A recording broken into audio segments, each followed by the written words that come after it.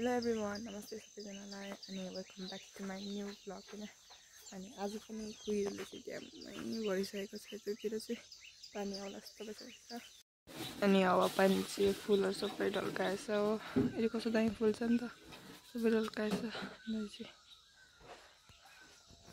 अनि आज भने म खाना पकाउँदिनँ हैन, किनभने चाहिँ मैले छारो खानु छ। अनि आज भने चाहिँ मैले यति चाहिँ खाइसकेको छु।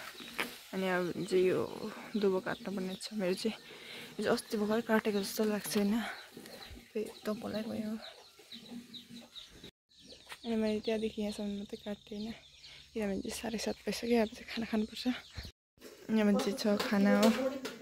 अनि यो बोडी र न्युटेला सब्जी चाहिँ दाल अब चाहिँ खानु हुँदैछ। आमा चाहिँ मामलाई भात दिनु जानु हुँदैछ। अनि बहिनी रेडी पनि भइसक्यो। अनि अब भने चाहिँ लुगा फेर्नुपर्छ हो। आज धोएर चाहिँ मैले खाना पनि खाइसकेँ। अहिले खाएकै थिएन खाना चाहिँ। अनि यहाँले भने चाहिँ हामी रेडी भइसक्यो। अनि यहाँ भरे आएर भेट्यौँ भने चाहिँ म स्कुलबाट पनि आइसकेँ होइन। अनि आज भने चाहिँ हाम्रो हाउस म्याचको फाइनल थियो। अनि फाइनल पनि भयो, अलिक छिटै छुट्टी पनि भयो। अनि घाम लागिरहेको छ अहिले चाहिँ। अनि अहिले भने चाहिँ मैले लुगा पनि फेरिसकेँ। अनि अब भने चाहिँ खाजा पकाएर खानुपर्छ हो। अनि तपाईँलाई थाहा भयो होला हो मैले के बनाउन आँटेको छु होला भनेर। अनि मैले चाहिँ यो गिलो रोटीको लागि एकदम मुसिसकेको छु। अनि यहाँ चाहिँ मेरो खाजा चिया। खाजा चाहिँ यो गिलो रोटी र अन्डा। अहिले भने चाहिँ मैले खाजा पनि खाइसकेँ होइन। अनि अब भने चाहिँ म आगो फुक्नुको लागि जाँदैछु तल रोड। अनि गोठको हालत चाहिँ यस्तो भइरहेछ हो। सबै कुखुराले खोर्सेर जस्तो निकालिदिइरहेछ। अब सिनीहरूलाई मिलाइहाल्नुपर्छ फर्स्ट। यहाँ मान्छे अलिक सानक पनि गरेँ। अनि आगो पनि फुकिसकेँ होइन। अब भने चाहिँ बेलुका खाना पकाउन सुरु गर्नुपर्छ होइन।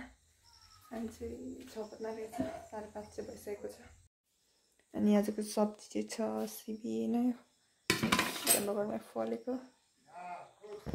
अनि झोल चाहिँ छ गुन्द्रुक होइन। अनि यहाँ चाहिँ खाना र यहाँ सब्जी पाक्दैछ। अनि यहाँ चाहिँ गुन्द्रुक पाक्दैछ। बाहिर भने चाहिँ पानी परिरहेको छ धर्के। अनि बहिनी चाहिँ भर्खर आएको छ ट्युसनबाट। अनि भात खानु लागेको छ। अनि आमा चाहिँ भात खानुहुँदैछ। अनि यहाँ भने चाहिँ छ मेरो भाग। अनि माम पनि यहाँ भात खानुहुँदैछ। अहिले भने चाहिँ हामीले खाना खाइपुग्यो होइन। बहिनी भने चाहिँ पछाडि ज्वरो जाति भएर भाडा धुँदैछ अझै चाहिँ। अनि मैले चाहिँ सफा पनि गरिसकेँ हो। आजको ब्लग चाहिँ म यतिमै राख्छु। मन परेन लाइक, सेयर, कमेन्ट गरिदिनुहोस् होला। Thank you, bye bye.